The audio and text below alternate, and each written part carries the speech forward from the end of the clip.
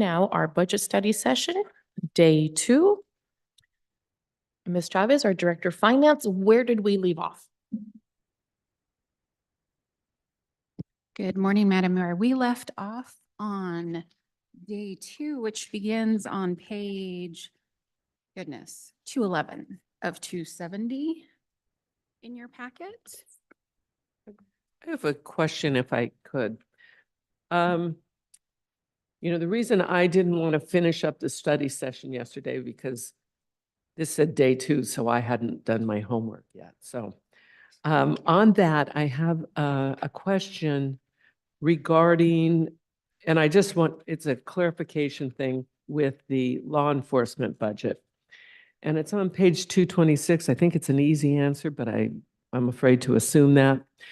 Under the first bullet, it says 24 hours of service per day, parenthetically 2 deputies, parenthetically again, currently 144 hours per day.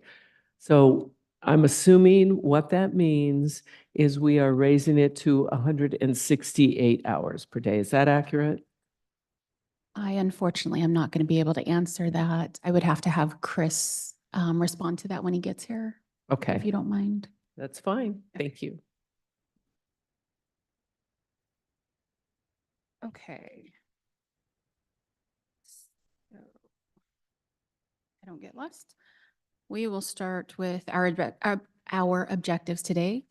Today we get into the fun stuff. It's a general fund operations. We're going to talk about organizational framework, and then each of our department heads and managers will come up and take each of their departments. And then we'll get to closing remarks and request from City Council after that. So our framework and organization is what we're going to jump into first. The organization chart is here for you on slide number 70. Just a few modifications to where some of the divisions land this year compared to last, and that's just for efficiency and based on what the priorities are this year.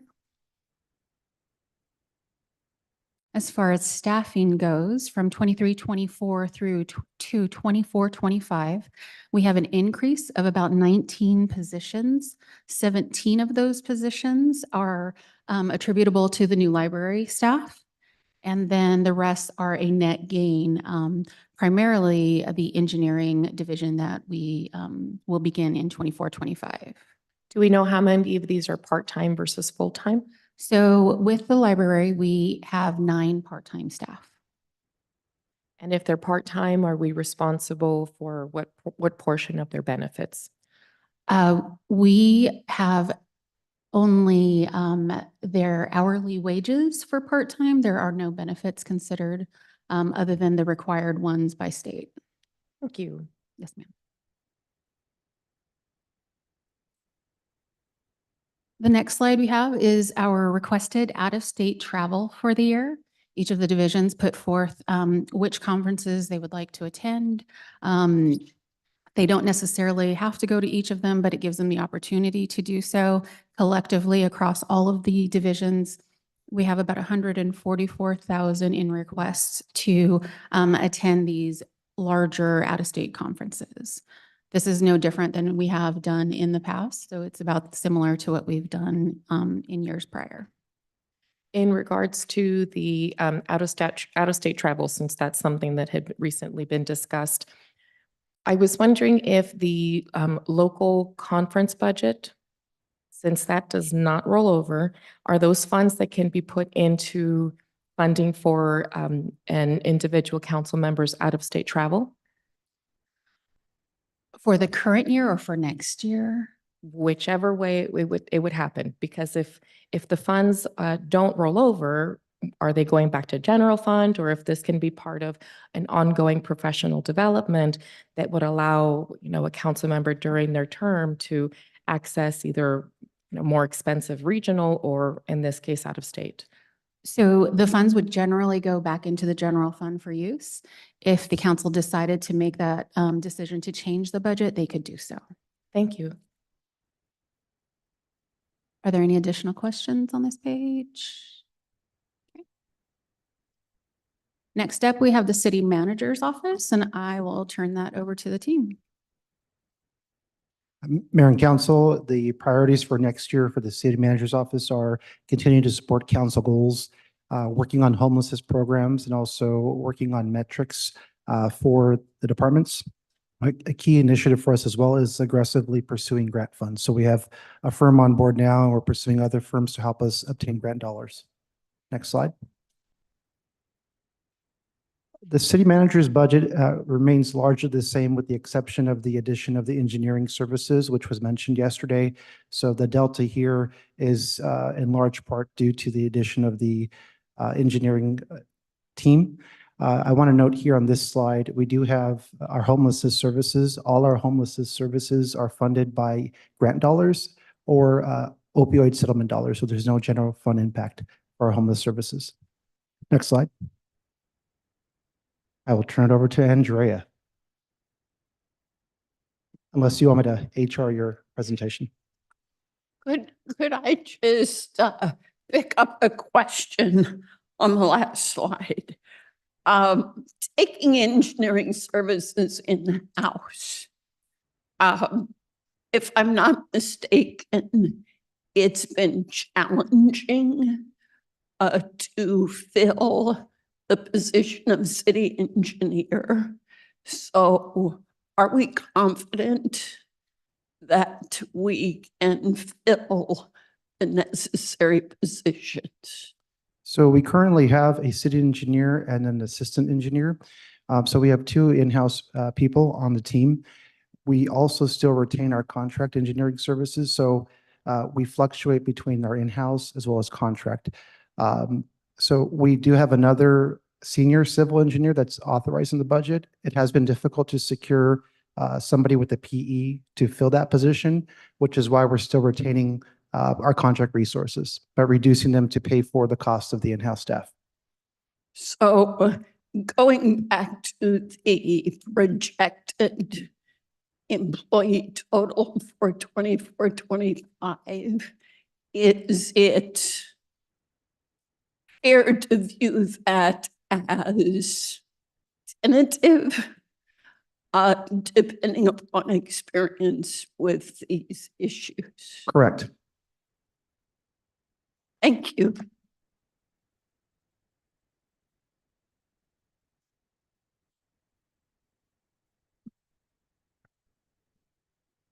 All right, perfect. So good morning, Honorable Mayor and council members. Andrea Staley, HR Manager here at the City of Palm Desert. So our HR team continues to focus on our customers, which are current and future employees, so they can go ahead and focus and assist and serve the customers on behalf of the city.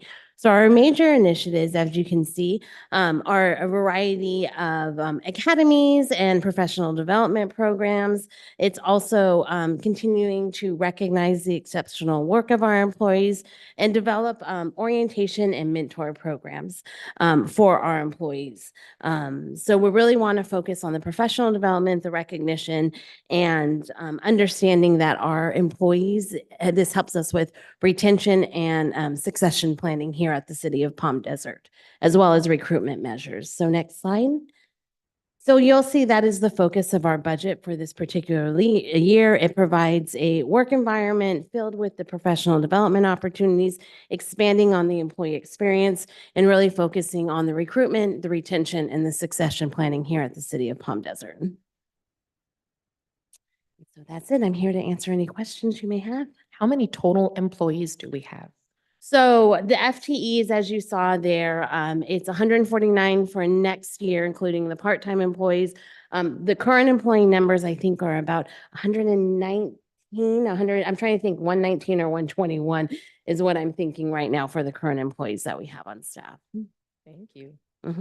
Any additional questions?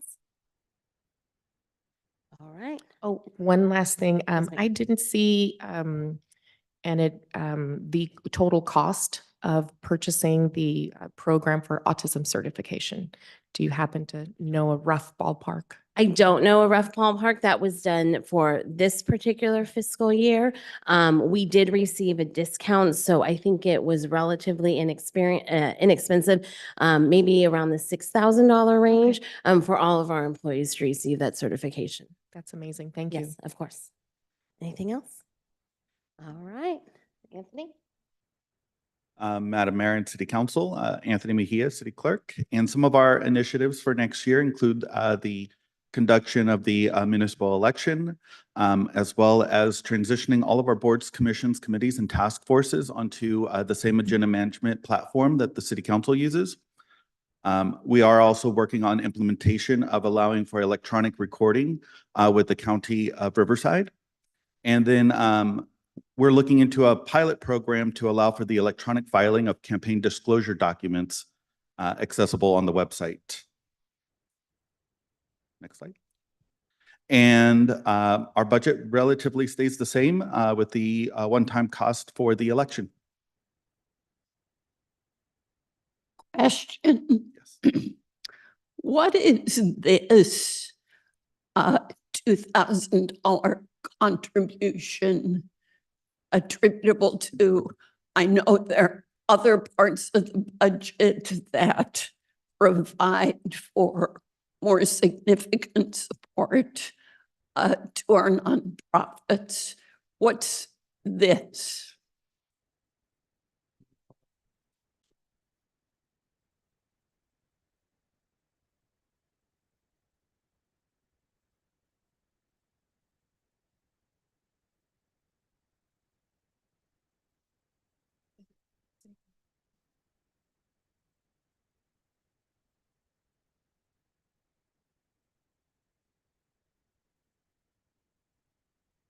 Madam Mayor, I'm sorry, Councilmember Kelly, let me double check, but I believe it's related to the boards and commission program. Right, you can get back to us. Yeah, I'll confirm.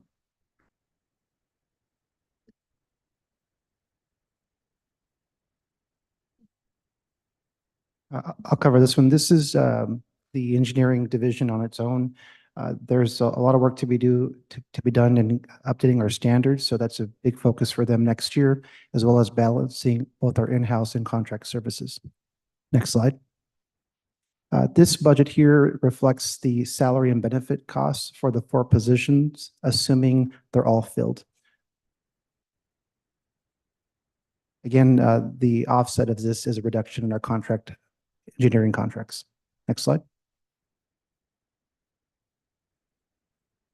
So we covered this yesterday, but Veronica relayed there was a question earlier on the slide here.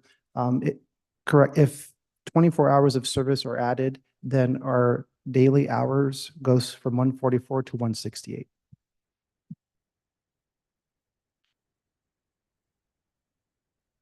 Okay.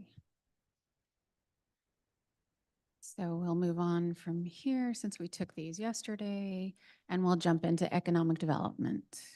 Mr. Seha? Good morning, Mayor, members of City Council. Eric Saad, Director of Economic Development. Get the next slide. The Economic Development Department is focused on a number of major initiatives. First really is the focus of the redevelopment for the mall site. We're also looking at potential annexation for various areas in the city.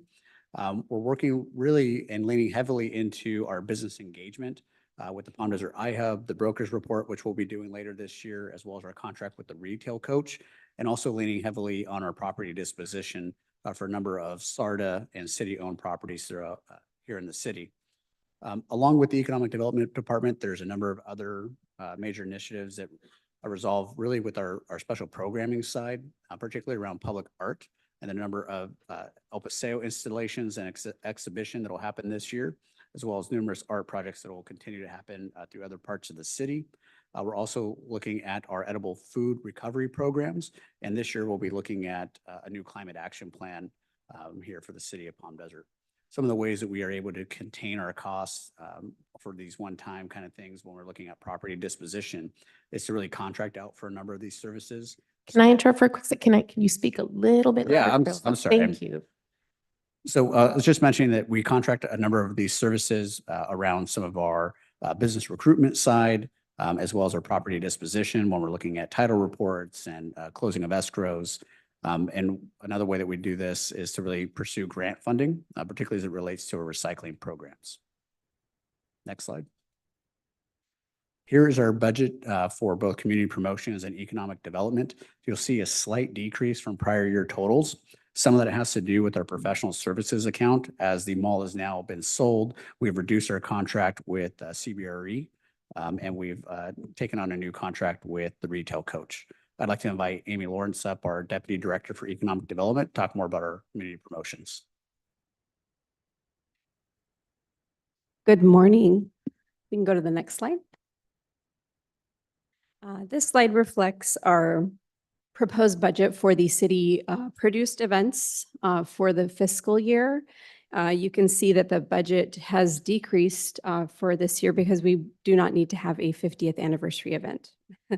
And there's an increase related to the Independence Day celebration because we'll be moving the cost for fire permits and staff overtime to this budget, which was previously paid for with other budgets. And then we're also, we have a line for public safety services, which was previously paid for with the police budget.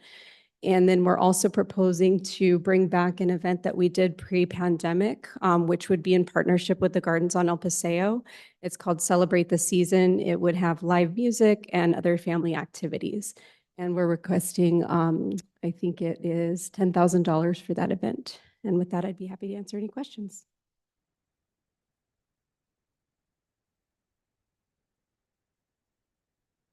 Fall and spring concert budget line. So in 2023, it was 90,000 requested, but we only used 37.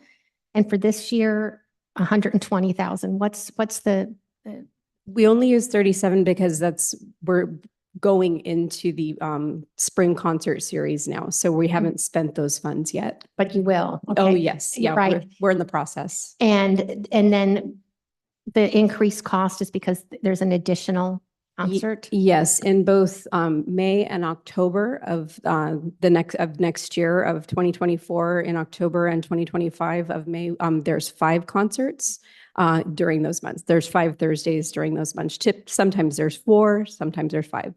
Great. They're wonderful events.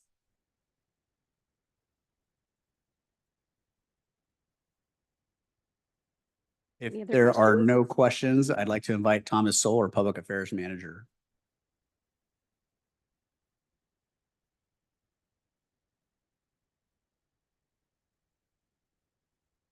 Good afternoon, Mayor and members of the City Council. I'm Thomas Soul, your Public Affairs Manager, and you can see this year, that next year, moving into next year, some of the major initiatives that we're looking at. One of the big ones is doing some work on our website, city's website, to continue to make it more accessible to anyone who might want to approach it. It's a big task. It could well take more than 1 year, but we want to jump into that and see what we can do with that. We also are having a big lift helping the library and the aquatic center. Those are 2 new things this year. So we're going to continue to move forward with those and see how we can best support both of those fine institutions. And some of the ways that we're working to contain costs is working with our community partners. We're always looking for new and better ways to work with our partners who are already doing marketing and communication on behalf of the city, and to see how we can better work with them to save dollars. And then this year we reallocated resources, which you'll see on the next page, to achieve our goals a little more efficiently. Next slide. So the biggest jump here of the grand total to the prior year total is in staff costs. So all of the what I think of as the above the line costs. The actual marketing budget only went up by about $20,000. So we found some savings by we had a chunk of money set aside for the 50th anniversary, which we don't have this year. We're putting others into the Civic Academy and Civic Engagement. Those are new costs that we've just been absorbing into other lines without a specific line for them. So we're calling them out this year. We're adding a line for translation services as well. And then the creative agency fees last year, or this current fiscal year, we had some money in professional services listed sort of as creative agency fees. They were actually passed through media buy costs. And so we right-sized that. So the professional other line went down, and then the media buy line went up because we moved the amount from one line to the other so that it actually reflects what we're spending it on, a little more transparent that way. And I'll be happy to answer any questions you have. Thank you, Thomas. It looks like you added 1 full-time employee. It went from 5 to 6. So we moved, I think that would be Vanessa. Yeah. So Okay. she from economic development into the public affairs team. Perfect. Thank you. Yeah.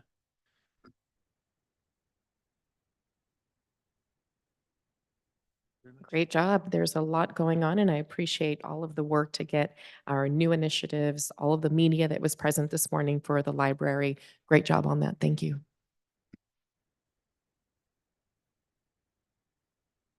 The next area we'll jump into is finance.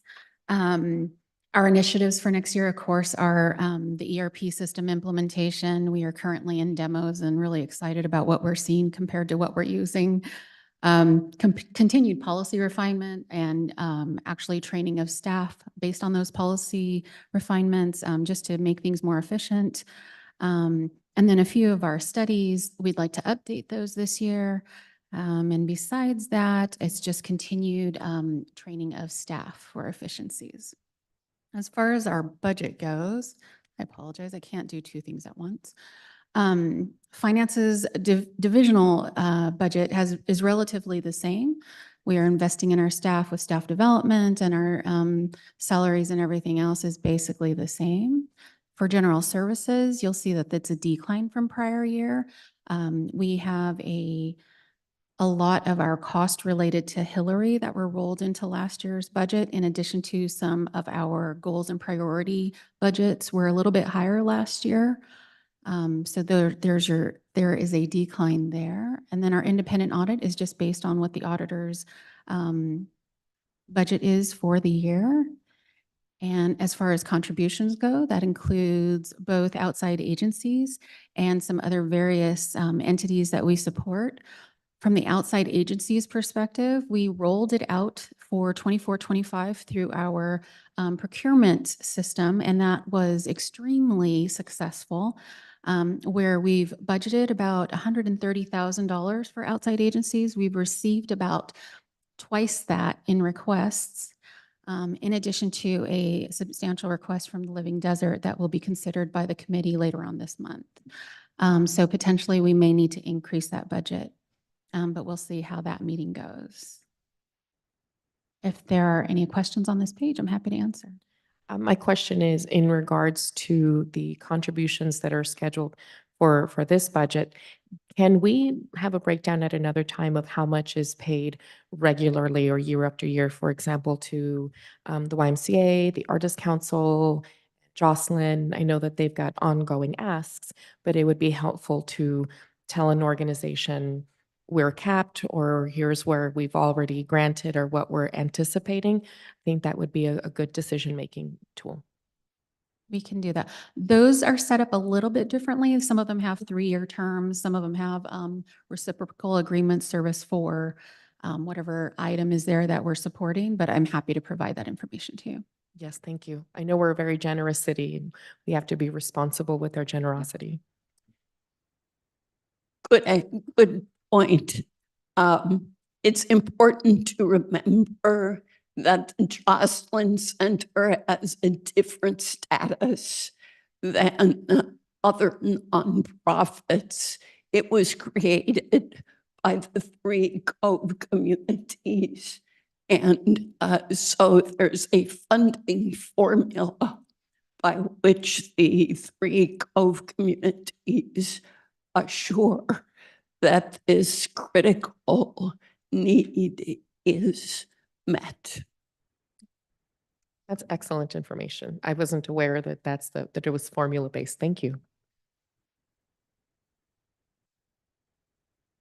If there are no other questions on this page, I believe Amy. I have a quick question. I'm so sorry. Please don't be sorry. It's referred to the PSDRCVB funding. What is that? Palm Springs, I'm going to say it wrong, Convention and Visitors Bureau. I knew I was Okay. going to miss a piece of it. So now it's called the GVPS. Yes. Okay. I need to okay. update it. Thank you. I was just confused. So we'll turn over this next slide to Amy. Hello again. So this slide we put together for you to explain the difference between outside agency funding, community event sponsorships, and table sponsorships. The outside agency funding and community event sponsorships are more competitive. They're application-based, and it does go over the timeline. Table sponsorships, we'll go into the next page shortly. and explain community event sponsorships and table sponsorships. If you have any questions on this side, I'd be happy to answer. I am familiar with and applaud the goal of persuading events who want to be sponsored to apply within our budget planning framework. Does the proposed $180,000 still provide for the inevitable compelling exception? When we get into the next page, I can kind of explain that. I can go over what we've proposed funding, and then I can talk about the number of applications that we've received and the amount of those applications.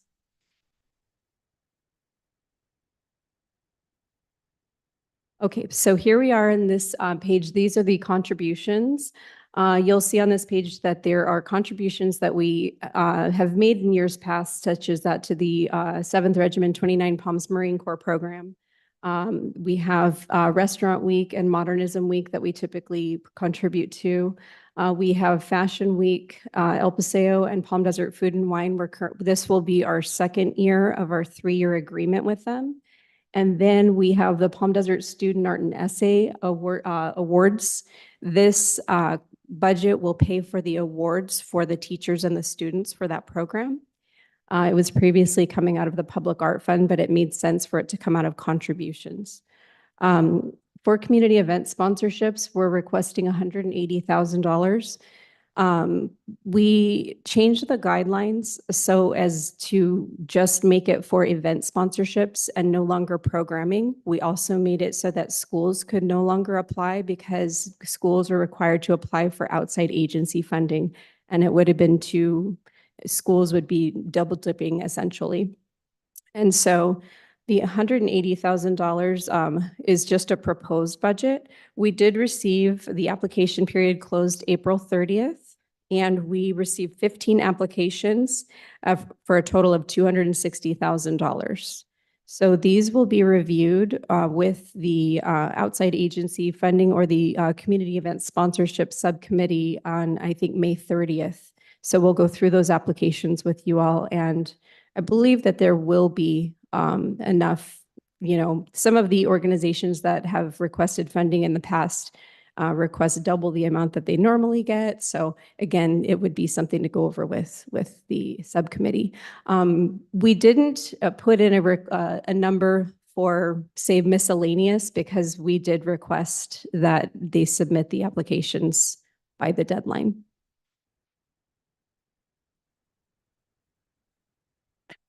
Which leaves the question of, to repeat the phrase, the inevitable compelling exception. So I'll just commend that thought to the subcommittee to consider, because despite best efforts to get everyone to apply in advance, new things happen. And 90% of the time, if it's a recurring event, we'll tell them to apply for the second year. But realistically, there will likely be something that comes up that the council wants to support. But again, I'll just refer that to the subcommittee. I wholeheartedly agree. There may be organizations that haven't even heard of the process that may come in mid-year that, again, are compelling reasons that benefit the community. So I wholeheartedly agree and support. I think an important question for the council is, do you want us to carry a miscellaneous amount here, or we have tended just to ask for an appropriation? You're right that there's some folks that we've tried very hard and diligently to get the word out on our process. We've also had organizations flat out refuse to go through the process and then come to us after it closes for funding. So I think the question is, would you like us to carry the miscellaneous, or or just bring them to you on a case-by-case basis for a special appropriation. Our main goal here is to try to keep the playing field as even as possible. So all those things have we actually experienced through the course of a fiscal year. I think our subcommittee process is working well.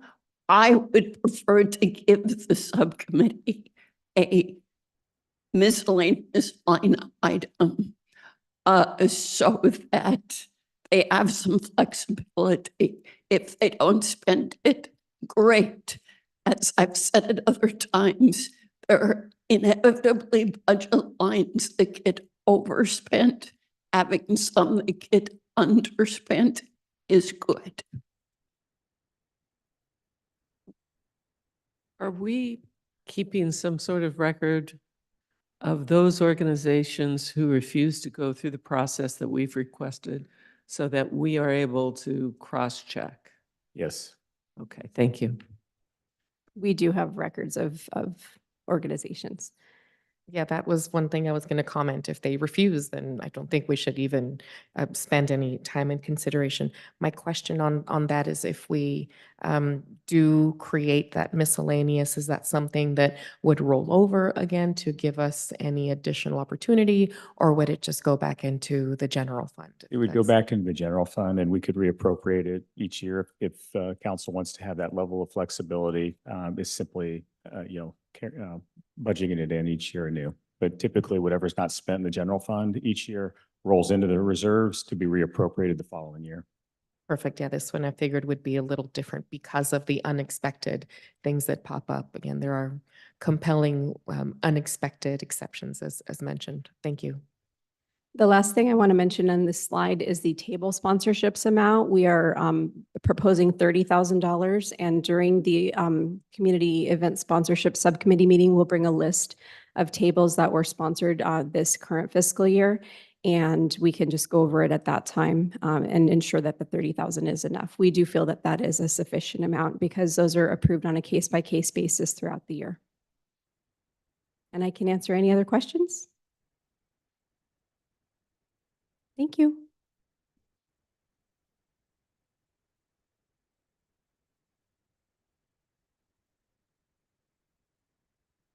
Our next item is information technology. Morning, Council. Our main goals this next fiscal year will be the modernization of our key enterprise applications. We're hoping to increase the ease of use for both our internal and external customers, as well as transparency and efficiency, better reporting, web portals, and system integrations. The big increase you'll see is for software licensing, as well as additional staff. Happy to answer any questions. And one of the new staff members, I think, is someone who's doing your finance within your own department. Is that correct? Correct. Yeah, we've recently added a management aid position, so they will help with both finance, contract management, as well as eventually end user, kind of basically an internal auditor, internal resource to help folks get the best out of the system that we have. And is that the only position that was added? No, there was also an enterprise admin position that was added. So they'll be supporting the finance and permitting system mostly, along with our Laserfish document management. A quick question, and I understand our software licensing and it has gone up across the board. I get that. When we talk about this $1.7 million for software licenses, for what period of time does that cover us? That's 1 year, typically. Yeah. All right. Thank you. Yeah. Most of it is a change in the way software is purchased. We no longer buy software where you have a license. Now you're basically renting that software for the year. Do you think that's something that's been beneficial? Or I mean, obviously you don't have the ability to change it, but is that something that has been beneficial? The software is the software as a service has been beneficial, I think. The updates are much more regular. They're much more standardized across the board. And then it forces everyone to keep up to date. If you go and buy a piece of software, it's really up to you whether you update it or not. And so I think that has also created a lot of cybersecurity problems in the past. Whereas with the software as a service, you're able to shore up those holes a lot faster. And is this where purchasing that you get the full service with the license, or a la carte of we only want these services? And Depends on the software, but yeah, typically you have, your base license and then your add-ons that you can add to. And is that something where you see that in the future you would, some of the services that you've been using now, you may anticipate adding additional things to the menu? Yes, yeah. Like for our LMS system, we have the capability of bringing our code enforcement or maybe, other departments in the city that are currently outsourced or using a different application. We have that capability. So that'll be something that after we go live, we'll review, evaluate. That's excellent. Standardization across really helps. Thank you. Yep. I think to further his point, it's really not been voluntary in our end. Typically, what we're seeing with these software companies is they just quit, upgrading the technology. So they are migrating you over to that business model without really asking you. And Clay's done a good job as far as just adapting and looking for ways to integrate and consolidate programs to manage the costs. Thank you. If there are no additional questions on IT, we can move on to the other category. This includes city attorney, legal special services, and our transfers out to the other divisions. City attorney costs are increased just by virtue of their annual increase in their agreement. Legal special services are increased based on actual that we have for the current fiscal year. And these are the services that do not fall under our normal retention that we have for the city attorney. And then insurance costs have gone up this year. They did an appraisal in 23, 24, and so some of our costs have gone up associated with that. As far as our interfund transfers, we wanted to give you the 3-year breakdown so you can see the changes year over year. Of course, this year that $3 million delta is made up of the library and the increase to the fire fund, as we had mentioned. We have some slight increases to compensation benefits and stipends, in addition to the LLDs. If there are any questions, I'm happy to answer on this section.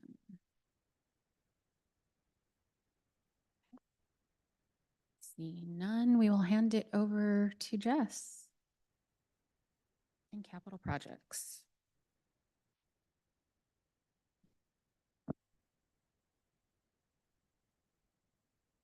I can jump in on this piece really quickly while he gets ready.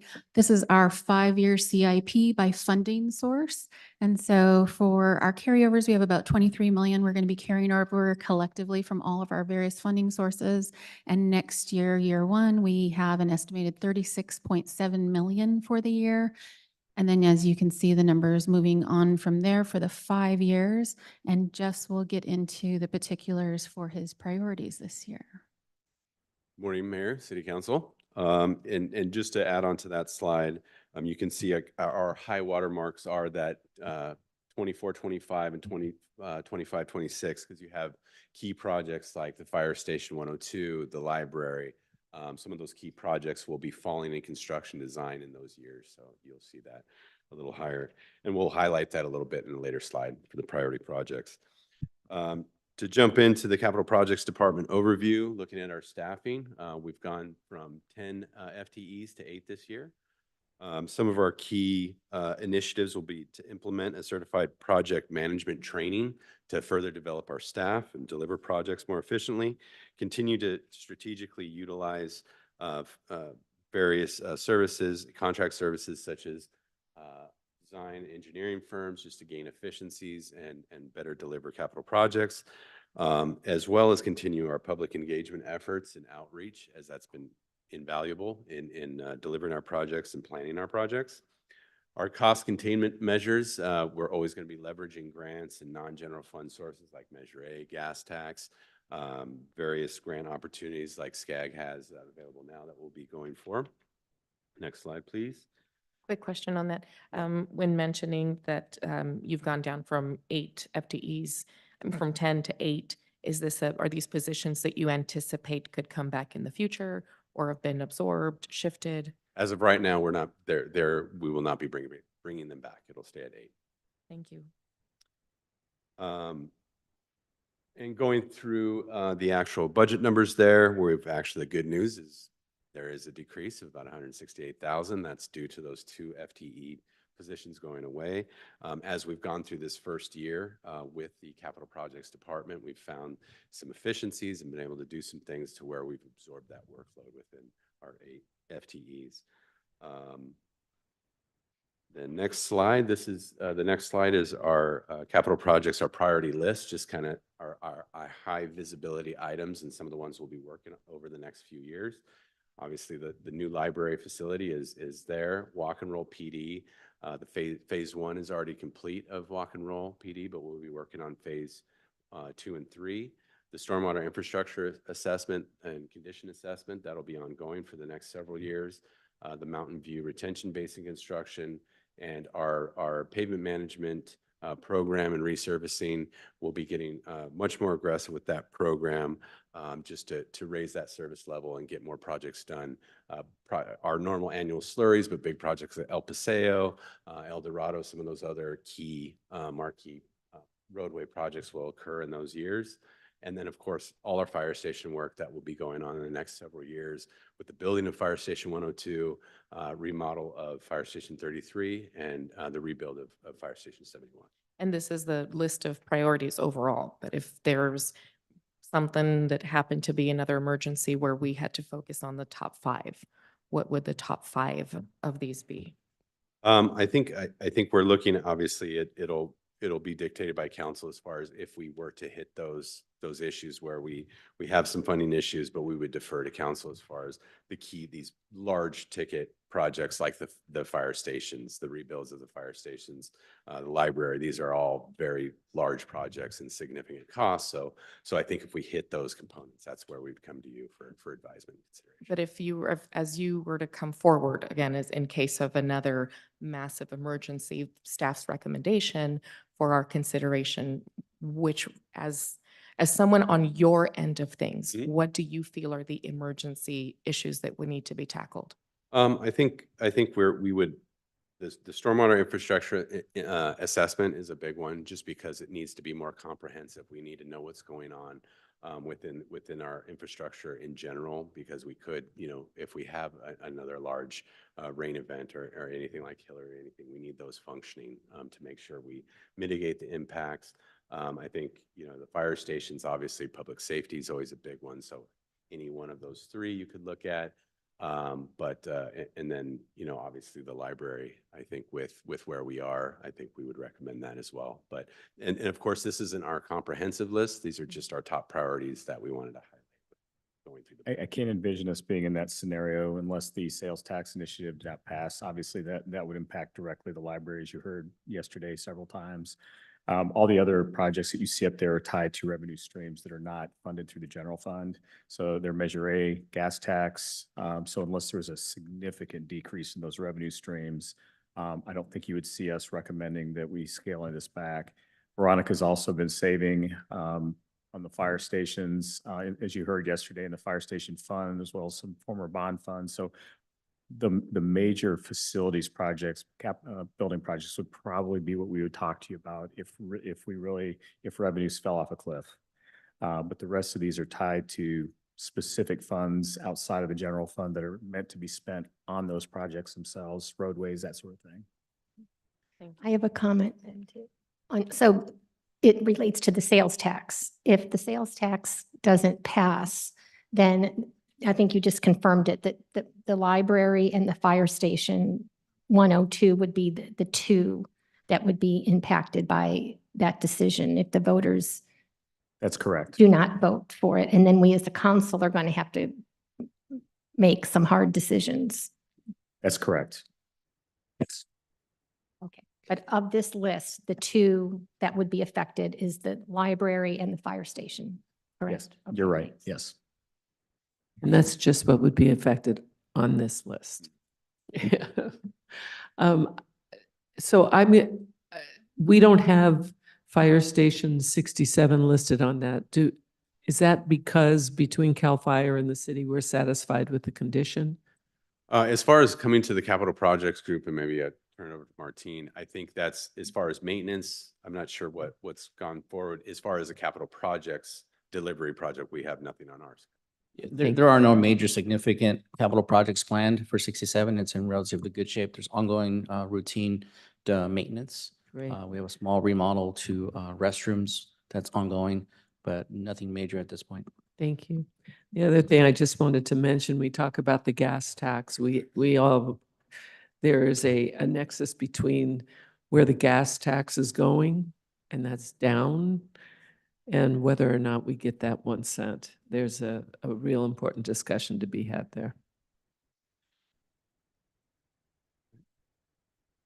Thank you. And just really quickly, I should have mentioned this sooner, but the detail of all of the projects are on page 136 of the packet.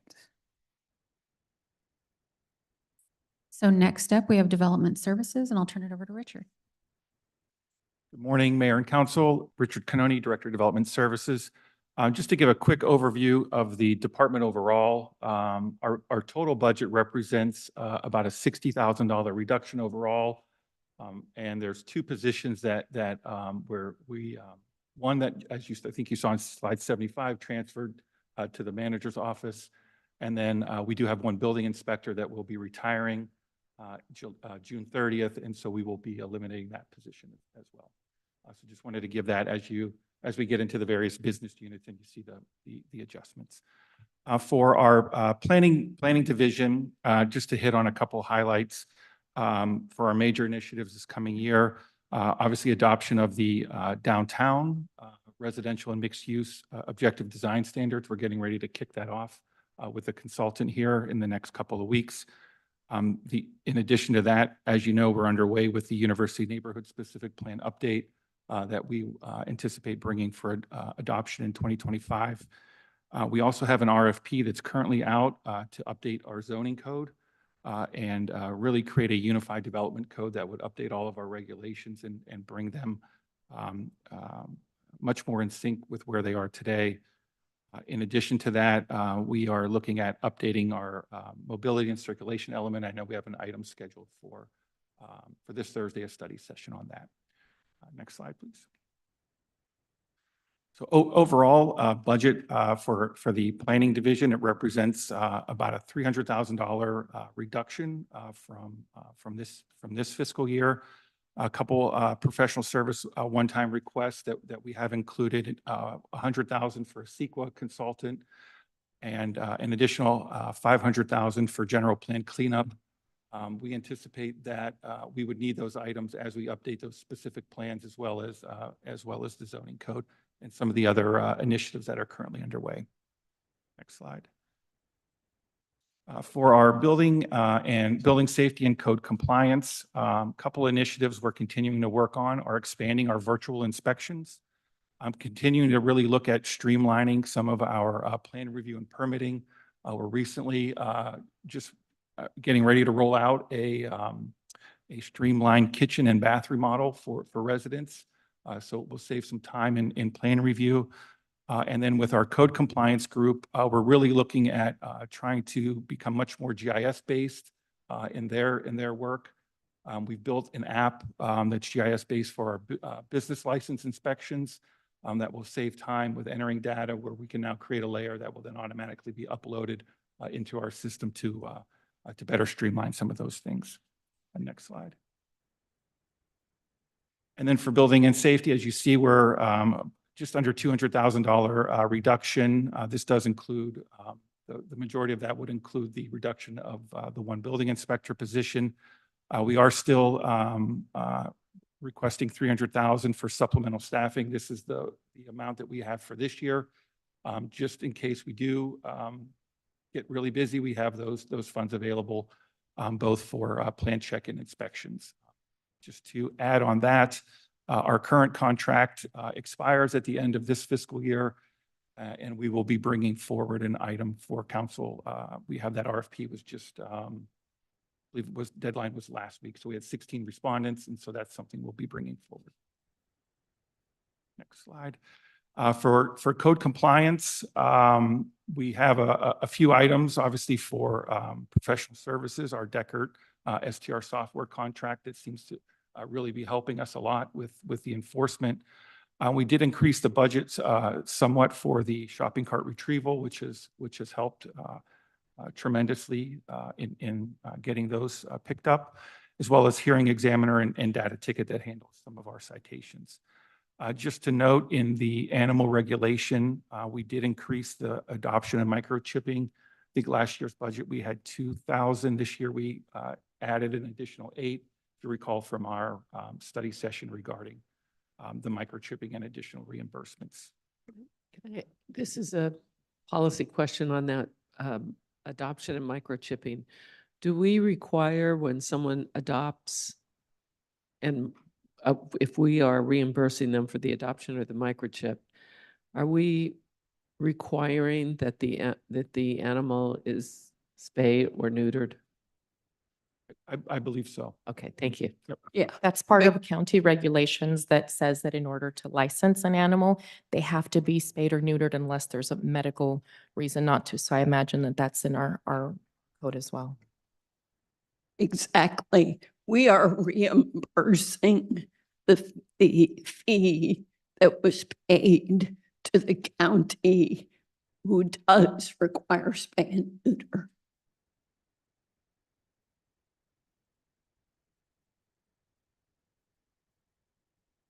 It's nonprofits are equally covered. If you foster an animal, it's temporary, so you're not required to because they're not licensed in your name.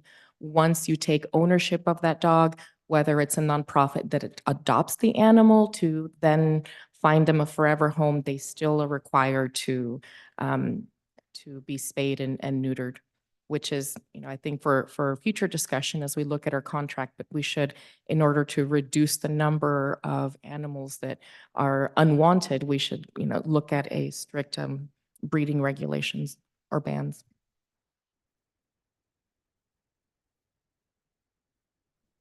Our next division is our Development Services Center or Permit Center. As Clay indicated, our implementation of Clarity is our main initiative. But in addition to that, we're continuing to process map, create staff guides, really working to expand our permit, our regulatory permit and licensing component, making sure that as we get those applications submitted, they're following the codes. That would be short-term rental, cannabis, and our business licensing. We've had a few, as you see, a few FTEs added here. They weren't new hires. What they were really just transferred from other divisions to really capture that full business unit cost. And so that's where you see the majority of that increase is just that shift from staffing. And we do have some professional services that we are requesting, Holistic, which provides some assistance with us now with that process mapping. And then $60,000 for solar app funding. This is a grant that we have, but this $60,000 is essentially that seed money to cover those costs until we get the reimbursement that I think Veronica touched on yesterday. And with that, I'll be happy to answer any questions.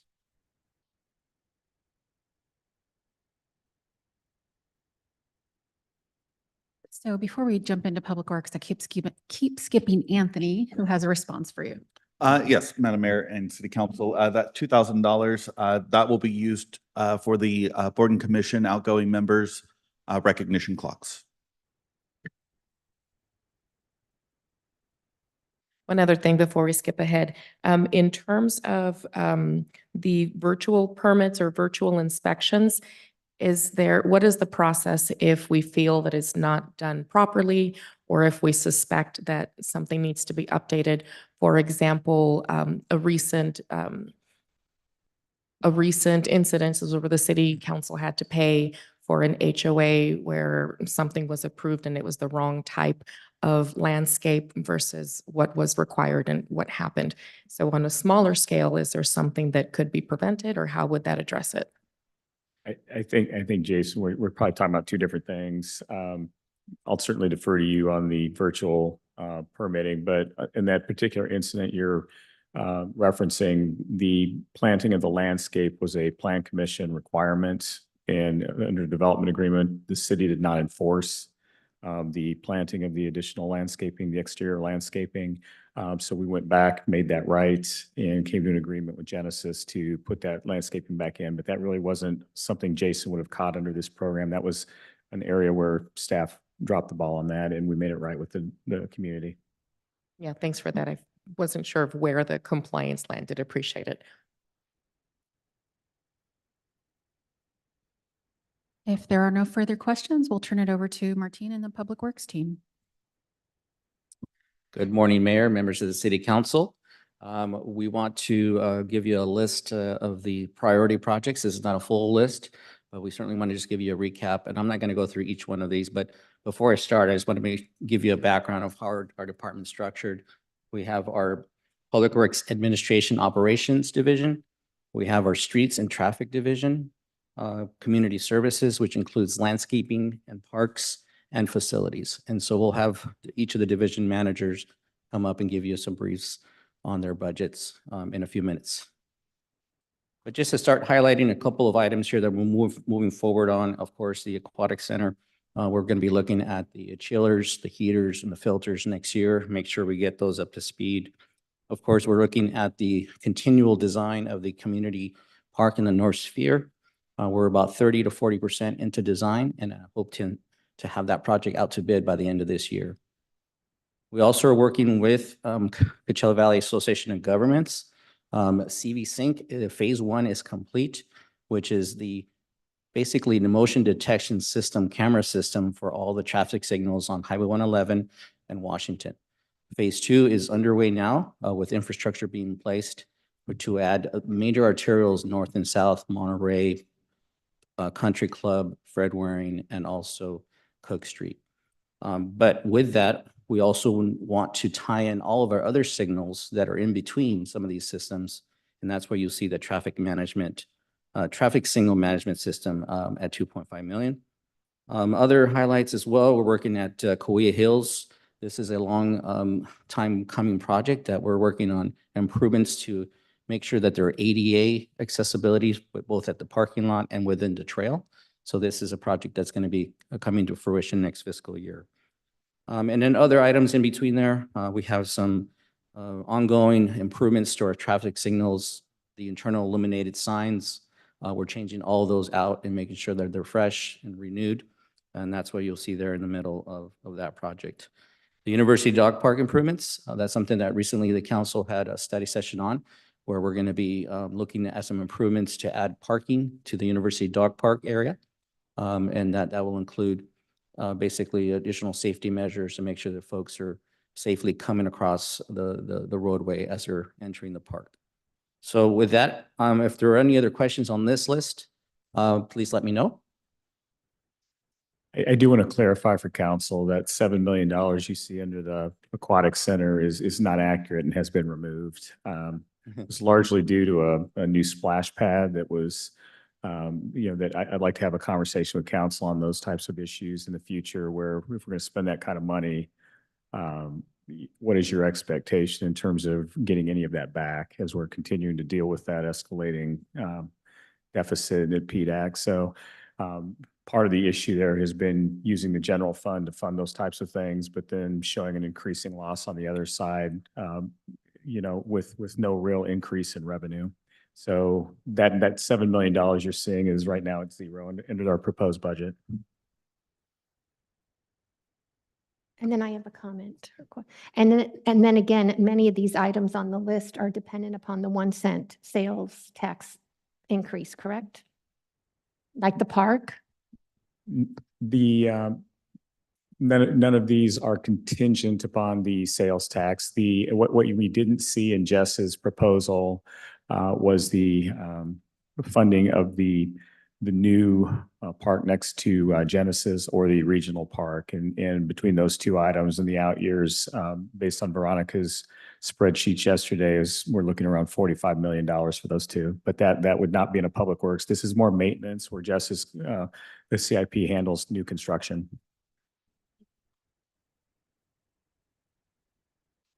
Okay, if there are no other questions on this list, I'm going to turn it over to Bertha Escobedo, our Operations Manager.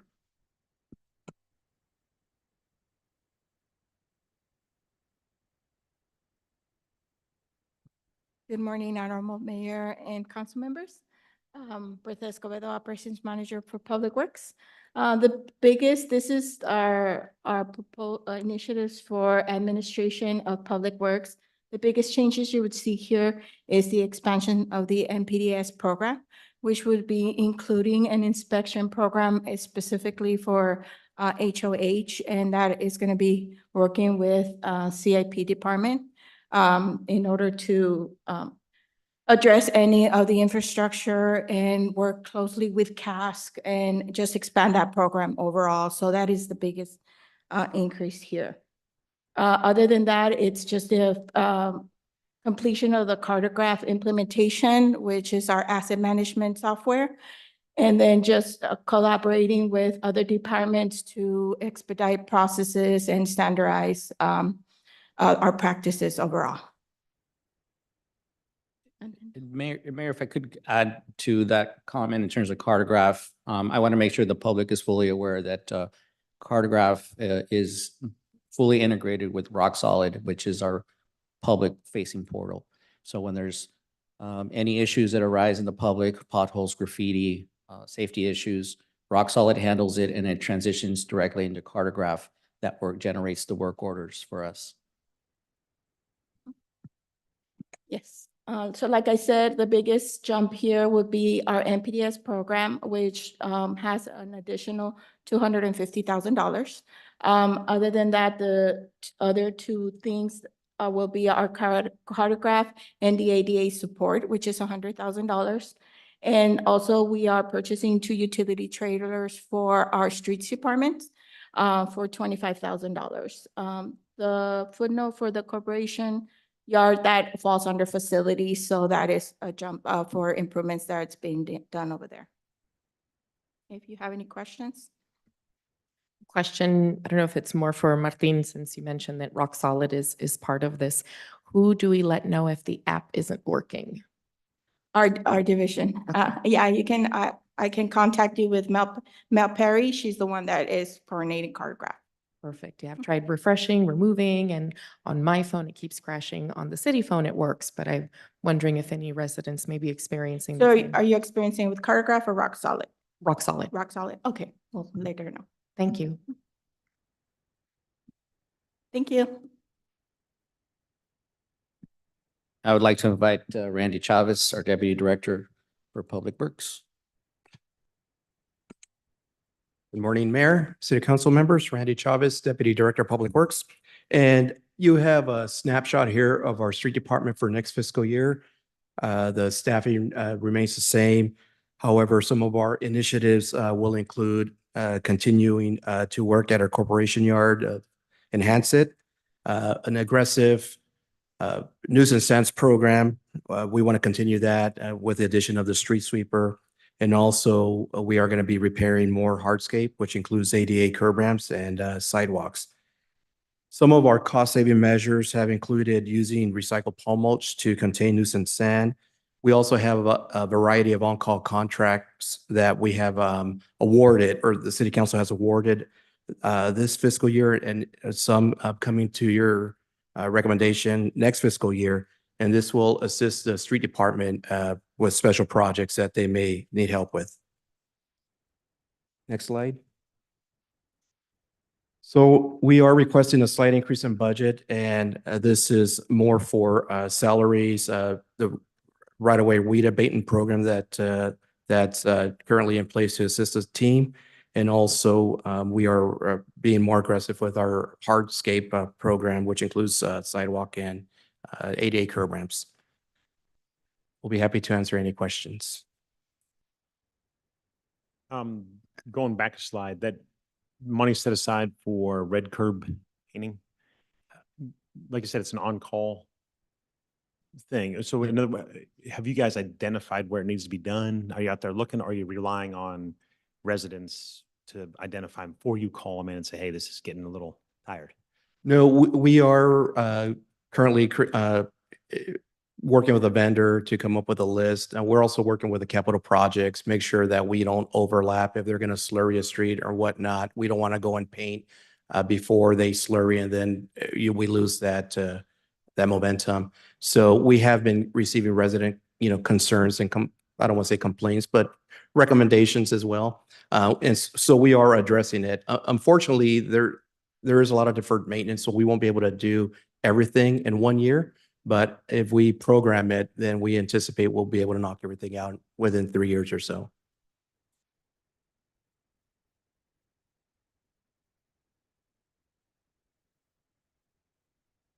And if we have no further questions, I can move on to the traffic. So the staff increase here is more of a restructuring in Public Works. We are not adding an additional member. We're just reorganizing a little bit. Some of our initiatives are going to be to continue working on deferred maintenance. Martine mentioned earlier, our big initiative is to upgrade our traffic management system. Our stat system is from the 90s. Staff is literally having to put parts together to keep it going. So we're going to bring in a consultant to work with us, CVAG, to ensure that the systems we end up going with are compatible.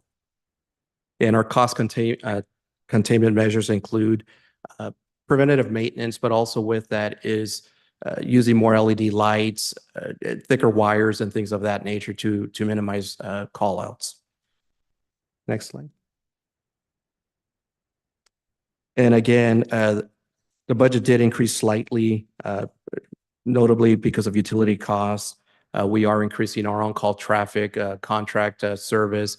Unfortunately, we have seen an increase in accidents, knockdowns. So we have been responding to those more frequently. So we are increasing our budget to ensure that we stay on top of that. I'll be happy to answer any questions.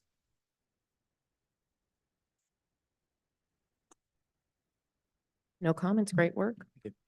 I'd like to turn it over to Ms. Sean Muir for the next section.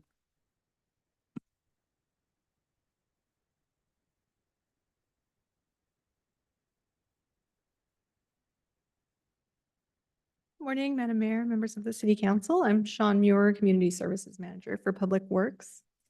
So you can see here, including Parks and Recreation, we are still working on the North Sphere Park off Dinah Shore. That's across from the Millennium Development. So we'll be able to finalize the plans for that this year and then go out to bid for construction. We're also developing a 5-year median refresh program. So that master plan will help us design the medians throughout the city and establish budgets for a 5-year program. We'll be completing the Desert Willow perimeter landscape refresh this year as well. And then working on, of course, renovations at the Aquatic Center as needed and establishing what that scope is. And then at Hami Adams Park, looking at installing a trailhead. So the cost containment on this is going to be bundling, including all of our sports courts into one contract and keeping those updated and looking good and safe to play on. And then also establishing contracts that can be implemented on a task order basis so that we have contractors on board and on call when we have work that comes up and needs to be completed. Next slide. One quick second, if you can go back for a second. When you were mentioning the Desert Willow perimeter, is that any potential overlap with what Desert Willow is doing on their own, or is this a part of it that's being budgeted? Is there any overlap? There's no overlap. This is the parkways along the roads on the exterior boundaries of Desert Willow. Perfect. Thank you. You're welcome. I realize we're talking about budgets, but I just have to make this comment. The median on Portola between Gerald Ford and Dinah Shore looks great. Thank you very much. The team did a great job on that. So on the next slide, you can see that we have a slight decrease. So the tree pruning contract did go back out recently, and so we'll have a new arboriculture agreement, and so we see an increase in that. We also will be taking on 6 new parks in the university neighborhood, so we have increases related to that as well. Do we have any questions on this slide?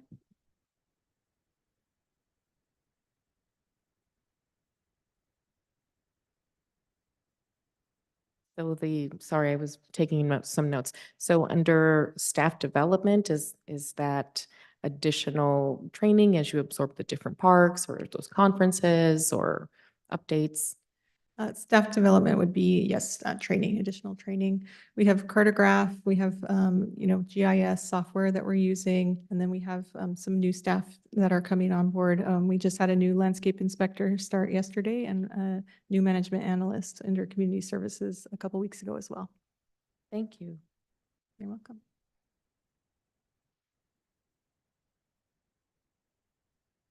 Sorry, I'm sorry if you already covered this, but 3.2 million for community service landscape, that includes all parks, medians, and then civic center is broken out as a separate.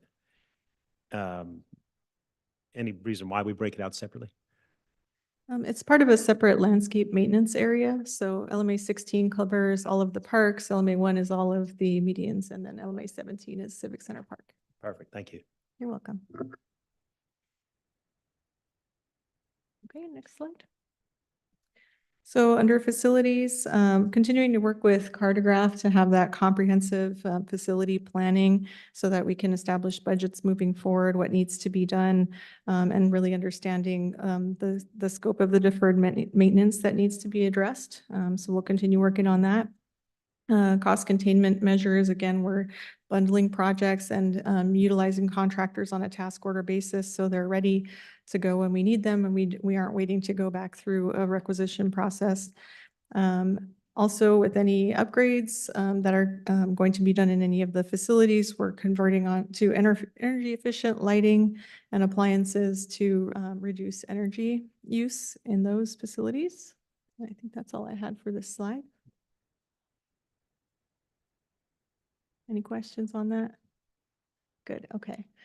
And then for the budget for facilities, it looks like we do have a reduction. That was related to a facilities technician retirement. But as you probably saw on the previous slide, we don't really show a reduction in staff. So I think that that position is vacant now, or we have a cost savings, but we'll look at potentially reevaluating the need for that position in the future.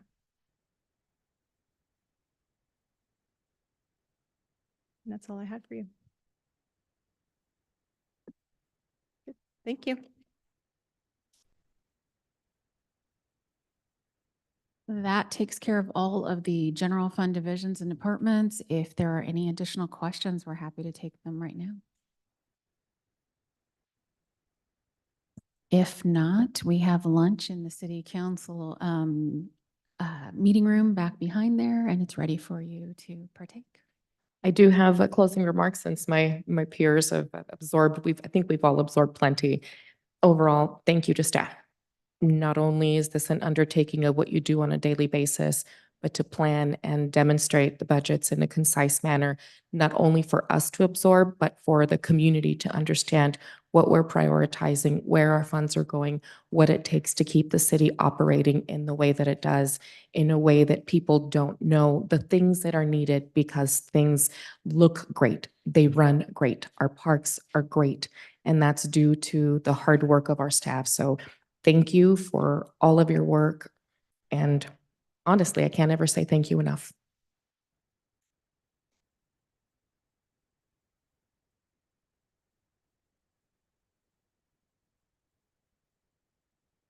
Madam Mayor, is the meeting adjourned? Yes, we now adjourn at 11:16 a.m. Thank you. Thank you.